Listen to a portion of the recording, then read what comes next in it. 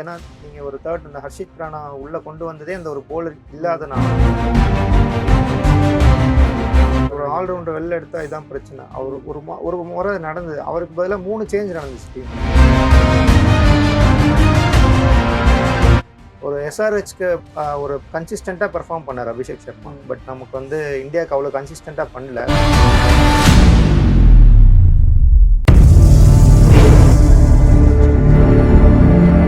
ஹாய்ண்ணா. Hi. நல்லா இருக்கீங்களா? நல்லா இருக்காங்க. சரி, ஓகே. இப்போ ரீசெண்டாக India versus England T20 series முடிஞ்சிருக்கு. அதை பற்றி டிஸ்கஷன் பண்ணலாம். அடுத்து நம்ம லேட்டர் சாம்பியன்ஸ் ட்ராஃபியை பற்றி டிஸ்கஷன் போயிடலாம். ஃபஸ்ட்டு T20 சீரிஸ் போயிடலாம். ஸோ இந்த T20 சீரிஸில் பல பேர் பல சர்ப்ரைஸ் பண்ணாங்க. பல யங்ஸ்டர்ஸ் வந்து நம்மளை வந்து இம்ப்ரெஸ் பண்ணாங்க. உங்களை யாருன்னு இந்த T20 சீரிஸ் ரொம்ப இம்ப்ரெஸ் பண்ணுது? ஆப்வியஸாக அபிஷேக் சர்மாவோட பேட்டிங் ரொம்ப நல்லா இருந்துச்சு. அதெல்லாம் தாண்டி வருண் சக்கரவர்த்தியோட கம்பேக் வந்து ரொம்ப இம்ப்ரெசிவாக இருந்துச்சு. ரொம்ப ஹாப்பியாக இருந்துச்சு. அபிஷேக் சர்மா நீங்கள் சொல்கிறப்போ நம்ம பேட்டிங் சைடு வந்து பேசியே ஆகணும். அவர் வந்து ஃபாஸ்டஸ்ட் செஞ்சுரி அடிக்கிறதுக்கும் சான்ஸ் இருந்துச்சு. பட் ஒரு 2-3 பாலாக மிஸ் ஆயிடுச்சு. ஸோ பேட்டிங் நம்ம எடுத்துக்கிட்டிங்கன்னா இது வரைக்கும் இந்தியாவோட பேட்டிங் வேறு, அதுவும் நல்லா தான் இருந்துச்சு. பட் இப்போ இருக்கிற பேட்டிங்கும் அவங்க அக்ரெசிவாக ஒரு ப்ளே பண்ணுறாங்கன்னு நான் சொல்கிறேன். அது கொஞ்சம் வித்தியாசமாக இருக்குது. அது இந்த எஸ்ஆர்எஸ் பேட்டர்ன் நம்ம சொல்லிக்கலாம். இதுக்கு மேலே பவர் பிளேயில் தான் அதிகமாக அடிச்சு இது பண்ணிருப்பாங்க. இப்போ பார்த்தா ஃபுல் இன்னிங்ஸ்மே விளாண்டுருக்காங்க. இந்த ஒரு சேஞ்ச் எப்படி நான் பார்க்குறீங்க இந்தியாட்டிருந்து? இந்த சீரிஸ் முடிஞ்ச உடனே கௌதம் கம்பீர் சொன்னதுமே அதுதான். இப்படி தான் நாங்கள் விளையாட போகிறோம். நாங்கள் வந்து இந்த அப்ரோச் தான் இருக்க போகுது. 2020 இருந்தாலும் சரி, அது எந்த ஃபார்மெட்டாக இருந்தாலும் we are going to be ரொம்ப பாசிட்டிவாக தான் இருக்க போகிறோன்னு கௌதம் கம்பீர் சொன்னார். ஸோ லுக்கிங் ஃபார்வர்டு அப்படி தான் இருக்க போகுது. இந்த சேஞ்சு இந்தியாவுக்கு ரொம்ப முன்னாடியே வந்து ரோஹித் சர்மா கொண்டு வரணும்னு நினச்சாரு. அது ஒரு ரிசல்ட் நம்மளுக்கு கிடைச்சது. ஸோ அதே மாதிரி இன்னும் இன்னும் பெட்டர் பாசிட்டிவாக கொண்டு போகிறாங்க யங்ஸ்டரோட. ஸோ அபிஷேக் சர்மா நீங்கள் சொன்னீங்க பேட்டிங் ரொம்ப இம்ப்ரெஸ் பண்ணார் அப்படின்ட்டு. இதுக்கு முன்னாடி சீரீஸ்க்கு முன்னாடி வரைக்கும் அவர் வந்து 97th பிளேஸ் தான் இருந்தார். அந்த அவரோட மொத்த ரேங்கிங்கில் 97th பிளேஸ். இப்போ நம்ம பார்த்தா மூணாவது ரேங்கிங்கில் இருக்கார். ஸோ இதுக்கடுத்து ஒரு ஃபியூச்சர் எப்படின்னா இருக்கும் இந்த ஒரு சீரீஸ்க்கு அப்புறம்? ஆப்வியஸாக ஒரு நல்ல ஃபார்மில் இருக்கும்போது அந்த மாதிரி ரேங்கிங்கில் பெட்டராக வர்றது நம்ம பார்க்கக்கூடியது தான். பவுலிங்கில் கூட வருண் சக்கரவர்த்தி பெட்டர் பண்ணியிருக்காங்க. ரொம்ப முன்னாடி வந்திருக்காரு. ஸோ நம்ம ரேங்கிங் இதெல்லாம் ரொம்ப பார்க்க வேணாம். அவங்க ஃபார்ம் மட்டும் நம்ம செக் பண்ணால் போதும். ஆக்சுவலி ஒரு எஸ்ஆர்ஹெச்க்கு ஒரு கன்சிஸ்டண்ட்டாக பெர்ஃபார்ம் பண்ணார் அபிஷேக் சர்மா. பட் நமக்கு வந்து இந்தியாவுக்கு அவ்வளோ கன்சிஸ்டண்ட்டாக பண்ணல. ஸோ அதுதான் நான் பார்த்துட்டு இருந்தேன். ஏன் அவ்வளோ ஃப்ளக்சுவேஷன் இருக்குது? சஞ்சு சாம்சன் பண்ணும்போது இவர் பண்ணல, இவர் பண்ணும்போது அவர் பண்ணல, அந்த மாதிரி தான் ஒரு இது இருந்துச்சு.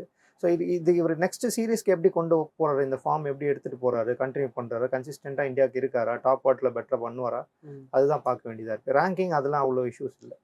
ஓகே. இப்போ சஞ்சு சாம்சன் பற்றி நீங்கள் சொல்கிறீங்க.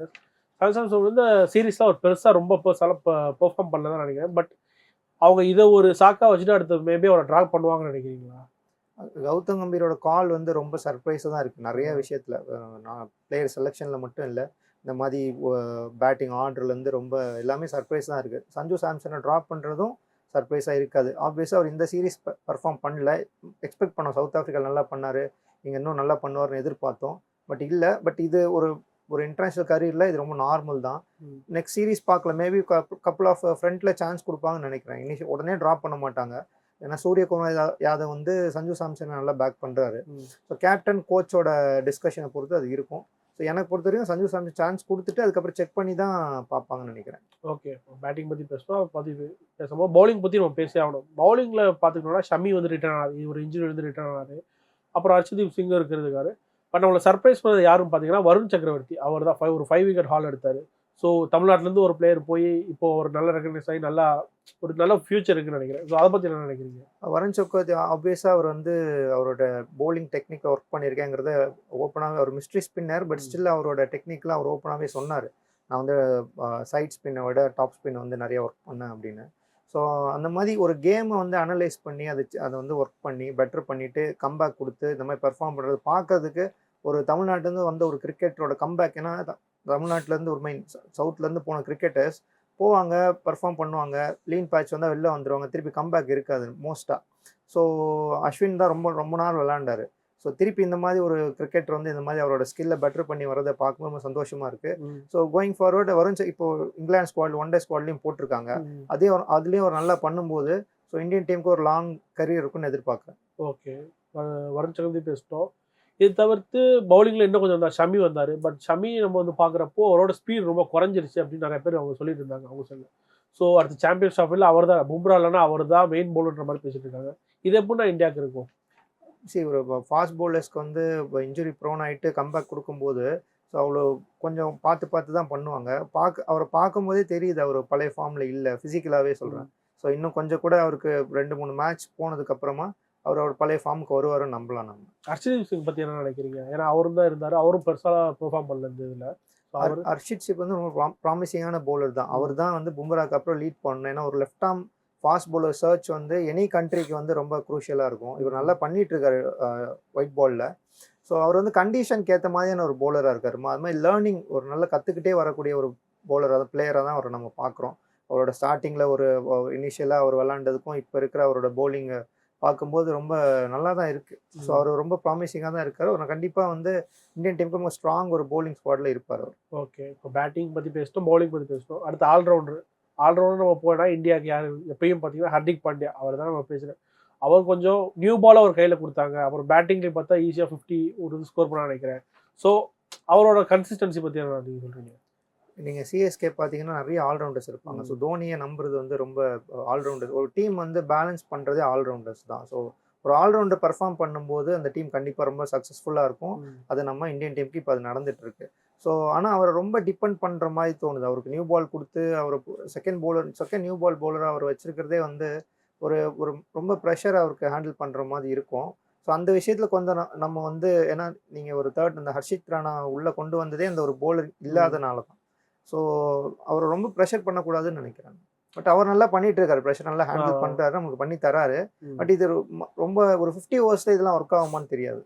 சொன்ன மாதிரி ஹர்திக் பாண்டியா நல்லா ப்ரெஷர் ஹேண்டில் பண்ணுறாரு, டீமுக்கும் ஒரு பேலன்ஸ்டாக இருக்குது, நல்லா ஒரு சப்போர்ட் பண்ணி விளாட்றாரு. சப்போஸ் ஒரு ஹர்திக் பாண்டியாக்கு ஒரு இன்ஜுரியோ ஒரு மேலும் கண்டினியூ ஆகாமோ முடியாமல் போச்சு, ஒரு பிரேக் எடுத்துட்டாருன்னா அவர் பிளேஸ் யாருன்னா ரீப்ளேஸ் பண்ணுற மாதிரி இருக்கும். ஒரு ஆல்ரவுண்டர் வெளில எடுத்தா இதான் பிரச்சனை. அவர் ஒரு முறை நடந்தது, அவருக்கு பதிலாக 3 சேஞ்ச் நடந்துச்சு டீமில்.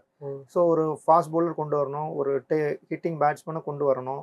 ஸோ அந்த மாதிரி ஒரு நிறையா சேஞ்சஸ் கொண்டு வர வேண்டியதாக இருக்கும். ஸோ இமீடியட் ரீப்ளேஸ்மெண்ட்டாக இப்போதைக்கு அவரை ரீப்ளேஸ் பண்ணுற மாதிரி யாரும் இல்லை. இப்போ சிவம் டுபே நல்லா பண்ணார், அவரும் ஒரு போலிங் ஆல்ரவுண்டர் தான். பட் போலிங் வந்து பாண்டிய அளவுக்கு எஃபெக்டிவாக இருக்குமானா இல்லை. சிவம் டுபே இந்த மேட்ச்சை நல்லா பெர்ஃபார்ம் பண்ணியிருக்காரு. பட் பாண்டிய அளவுக்கு கன்சிஸ்டண்ட்டாக ஒரு நம்மளால் நம்ப முடியாது.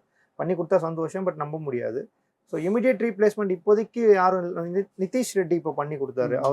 இவர் அளவுக்கு போலிங் இல்லைனாலும் பட் ப்ராமிசிங்காக இருக்கார் யங்ஸ்டர். வந்து அவர் ரீப்ளேஸ் பண்ணி விளாண்டு பார்த்தா தான் தெரியும்.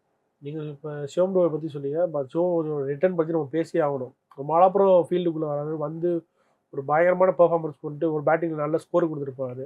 அப்புறம் சிவனுடைய பெர்ஃபார்மன்ஸ் பற்றி என்ன சொல்லுங்கள்? நல்ல கம்பேக் தான். கம்மிங் ஃப்ரம் சிஎஸ்கே நம்ம வந்து இங்கே பண்ண மாதிரி இந்தியன் டீமுக்கு பண்ணுவாரான்னு எதிர்பார்த்தோம். அது இப்போ பண்ணி கொடுத்துருக்காரு. தொடர்ந்து எனக்கு இந்த ஒரு பெர்ஃபார்மன்ஸ் வச்சு ஒரு பேட்ஸ்மேனோட கேலிபரை நம்ம எப்போவுமே டிஸ்கஸ் பண்ண முடியாது. ஒரு சீரீஸ் ஆஃப் ஒரு 10 மேட்சஸில் அவர் என்ன இந்த ஆவரேஜ் தான் நமக்கு அவங்களோட கேலிபரை வந்து நம்மளால சஜஸ்ட் பண்ண முடியும். இதுக்கு முன்னாடி அந்த மீம்லாம் போட்டு பார்த்துருப்பாங்க. இதுக்கு முன்னாடி 30 மேட்ச் சிவம் டுபே ஃபுல் விளாண்டுருக்காரு, 30 மேட்ச் நம்ம தோக்கலை, ஃபுல்லாக ஜெயிச்சு தான் இருக்கும் அப்படின்னு ஒரு கன்சிஸ்டன்ட் பிளேயராக இருந்திருக்காரு. ஸோ இது போதாதானா? அவர் இப்போ டீம் வின் பண்ணியிருக்காரு. அவரோட பெர்ஃபார்மன்ஸ் என்னவா இருக்குங்கிறது பார்க்கணும். நீங்கள் இப்போ இந்த சீரீஸ் ஃபுல்லாக சூரியகுமார் யாதவ் பெர்ஃபார்மே பண்ணல. கேப்டனாக அவர் சக்ஸஸ் பண்ணியிருக்காரு, பிளேயராக அவருக்கு வந்து ஆவரேஜே இல்லை. ஸோ நம்ம அது பார்க்க இந்தியா வின் பண்ணிருச்சுன்னு பார்க்க மாட்டாங்க. அடுத்த சீரீஸ் இதே நடந்தால் அவர் ட்ராப் பண்ணுவாங்க. ஸோ பிளேயர் அவரோட இண்டிவிஜுவல் அவரோட கெப்பாசிட்டி என்னங்கிறது தான் நம்ம பார்க்கணும். இப்போ டீமோட காம்பினேஷன். இப்போ நம்ம பேசுறது ஃபுல்லாகவே நம்மளை சர்ப்ரைஸ் பண்ண பிளேயர்ஸ் தான் ஃபுல்லாக. அது சிவம் டுபே இருக்கட்டும், அபிஷேக் சர்மா இருக்கட்டும், சர்ப்ரைஸ் பண்ண நம்ம எதிர்பார்த்து ஒரு சில பிளேயர்ஸ் இருப்பாங்களே, அவங்களாம் பெர்ஃபார்ம் பண்ணணும்னு பார்க்கும்போது கொஞ்சம் மனசு கஷ்டமாக தான் இருக்கும். யாருன்னு பார்த்தீங்கன்னா சூரியகுமார் யாதவ் இருக்கட்டும், திலக் வர்மாவாக இருக்கட்டும் பேட்டிங்கில், அப்புறம் வந்து பவுலிங்கில் பார்த்தீங்கன்னா ஷமியாக இருக்கட்டும், ஹர்ஷதீப் சிங், இவங்கெல்லாம் பெர்ஃபார்ம் பண்ணல. அடுத்து என்ன ஆக போகுதுன்னு சாம்பியன்ஸ் ட்ராஃபி வேறு வருது. அது நம்ம எப்படின்னா அதை பார்க்குறது? இது 2020 சைடு தான் champions trophy 50 overs. Tilak Varma பண்ணி கொடுத்துருக்காரு நமக்கு அந்த மேட்ச் சென்னை மேட்ச் வின் பண்ணி கொடுத்தாரு. நீங்கள் சூரியகுமார் யாதவ் பேட்டிங் தான் கன்சர்ன்டாக இருக்குது. ஏன்னா அவர் வந்து நம்பர் 1 T20 ரேங்கிங் பேட்டிங்கில் இருந்தவர். அதனால நம்ம இந்தியன் டீம் கேப்டனாக வேறு நம்ம போட்டிருக்கோம். ஸோ அவர் இப்போ மற்றவங்களாம் பெர்ஃபார்ம் பண்ணி வின் பண்ணுறாங்க. அதனால அவரோட பெர்ஃபார்மன்ஸை பற்றி நம்ம பேச வேண்டிய சுச்சுவேஷன் ரொம்ப இல்லை.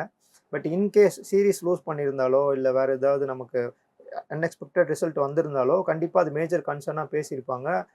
இப்போ அவருக்கு வந்து இது ரொம்ப ஒரு ப்ரெஷர் தான். அவரோட பேட்டிங்கில் தெரிஞ்சது. லாஸ்ட் கப்புள் ஆஃப் மேட்சஸில் அவரோட பேட்டிங் பார்த்தீங்கனாலே நம்ம பெர்ஃபார்ம் பண்ணணும் அப்படிங்கிற மாதிரி இருக்குது. பட் அவர் ஆடினார், ஃபேர்லெஸ்ஸாக தான் அவர் ரெகுலர் பேட்டிங் தான் ஆடுறாரு. இது மாதிரி தான் அவருக்கு 50 ஓவர்ஸில் நடந்துச்சு. இந்த மாதிரி ம். லீன் பேட்ச் ரொம்ப பர்ஃபார்ம் இன்னைக்கு அவர் ஸ்குவாட்லேயே இல்லை. ஸோ பர்ஃபார்ம் பண்ணியே ஆகணும். ஸோ ஹோப்பிங் நெக்ஸ்ட் T20 சீரீஸில் பண்ணுவார்.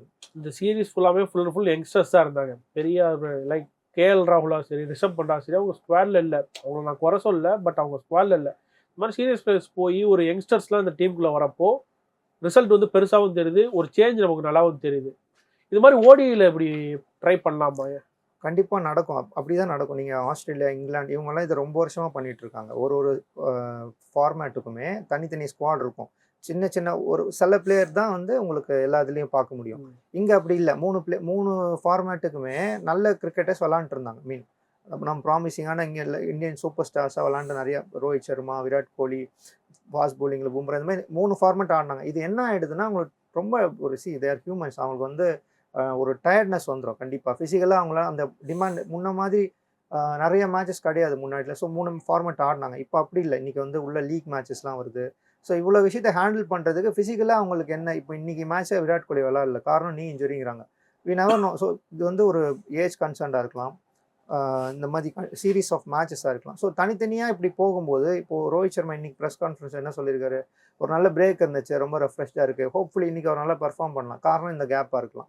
ஸோ அது மாதிரி ஒரு ஃபோக்கஸ் கிடைக்கும். ஸோ நம்ம இந்த ஃபார்மேட் தான் விளாட்றோம். ஸோ இந்த ஃபார்மேட்டுக்கு ஏற்ற மாதிரி நம்ம ட்ரைனிங் இருக்கும். ஸோ அதுக்கு மென்டலாக அவங்க ப்ரிப்பேர்டாக இருப்பாங்க. ஸோ தனித்தனியாக ஒரு ஸ்குவாட் இருக்கிறது நல்லது தான். இந்தியன் டீமில் இந்தியன் கண்ட்ரியில் வந்து அவ்வளோ டேலண்ட்ஸ் இருக்குது. ஸோ யார் எந்தெந்த பிளேயர் எதுக்கு சூட் ஆவாங்கன்னு சொல்லி கரெக்டாக யூட்டிலைஸ் பண்ணால் மேபி அது நம்மளோட ரிசல்ட்ஸ்க்கு நமக்கு இந்த இன்டர்நேஷ்னல் ஐசிசி ஈவெண்ட்ஸ்க்கு நமக்கு ஹெல்ப்ஃபுல்லாக இருக்கலாம். தனித்தனி ஸ்குவாட் இருக்குது, ரொம்ப நல்லது தான் சொன்னீங்க. ஓகே, T20க்கு தனி ஸ்குவாட் இருக்குது, ரொம்ப நல்லது. பட் அதே மாதிரி தான் கௌதம் கம்பீர் டெஸ்ட்டுக்கும் ட்ரை பண்ணார், ஓடிஐக்கும் ட்ரை பண்ணார். ஆனால் அது பேக் ஃபயர் ஆன மாதிரி இல்லையா? எனி சேஞ்ச் ஏதாவது நம்ம கம்ஃபர்ட் ஜோன் விட்டு வெளில வரும்போது நமக்கு அது உடனே சக்ஸஸ் கிடைக்காது. நம்ம அந்த ப்ராசஸை கண்டினியூ பண்ணணும். அப்போ தான் தெரியும் நம்மளுக்கு. ஸோ சம்டைம்ஸ் ஒரு குட் ஒரு நல்ல ஒரு டிசிஷன் நமக்கு வந்து எக்ஸ்பெக்டடாக இல்லாமல் இருக்கலாம். பட் அதை பிலீவ் பண்ணி நம்ம அதை நகர்த்தி கொண்டு போகும்போது நமக்கு அதுக்கான தேவையான ரிசல்ட் கிடைக்கும். ஓகே, இப்போ சப்போஸ் இதுக்கு முன்னாடி ஓடிஐ சீரிஸ் வந்து சவுத் ஆஃப்ரிக்கா கூட ரொம்ப நாள் முடிச்சு, அப்புறம் ஸ்ரீலங்கா கூட நினச்சி 2 நம்ம தோத்துட்டோம். இப்போ இங்கிலாந்து கூட இன்னைக்கு ஒரு ஓடிஐ சீரிஸ் போயிட்டுருக்கு. இப்போ விராட் கோலி விளாட்றீங்க, அவருக்கு போல ஒரு ரீப்ளேஸ்மெண்ட் ஒரு யங்ஸ்டர் தான் கொண்டு வந்து போட்டுப்பாங்க. யங்ஸ்டர் நல்லா பெர்ஃபார்ம் பண்ணிட்டா விராட் கோலி பிளேஸ் போய் தானே ஆகணும். அவரோட நல்லா பெர்ஃபார்ம். ஏன்னா விராட் கோலி இப்போ சரியான ஃபார்மில் இல்லை. நம்ம ரஞ்சி மேட்ச் பார்த்துருக்கோம். அப்புறம் ரோஹித் சர்மாவுமே பெருசாக ஃபார்மில் இல்லை. இந்த மாதிரி யங்ஸ்டர்ஸும் ஓடியில் வந்து ரீப்ளேஸ் பண்ணுறப்போ சீனியர் பிளேயருக்கு வேலையே இல்லாமல் போயிருங்க. அப்படி இல்லை. எப்போவுமே வந்து தான் நான் சொன்னது தான், இமீடியட்டாக ஒரு மேட்ச்சில் டிசைட் பண்ண மாட்டாங்க. அதே மாதிரி 50 ஓவர்ஸாக நம்ம நல்ல ரெக்கார்ட்ஸ் தான் இருக்குது. நீங்கள் வேர்ல்டு கப்பில் கூட எக்ஸப்ட் ஃபைனல் ஃபுல்லாமே ஜெயித்தோம். ஸோ ரோஹித் சர்மா கேப்டன்சியும் ஒயிட் பாலில் பெட்டராக தான் இருக்குது. ஸோ உடனே பண்ண மாட்டாங்க. யங்ஸ்டர்ஸ்க்கு தேவையான சான்ஸ் இவங்க இல்லாதப்போ ஒரு வேறு சீரீஸில், ஒரு இம்பார்ட்டன்ட் சீரீஸ் இல்லாமல் வேறு சீரீஸில் வரும்.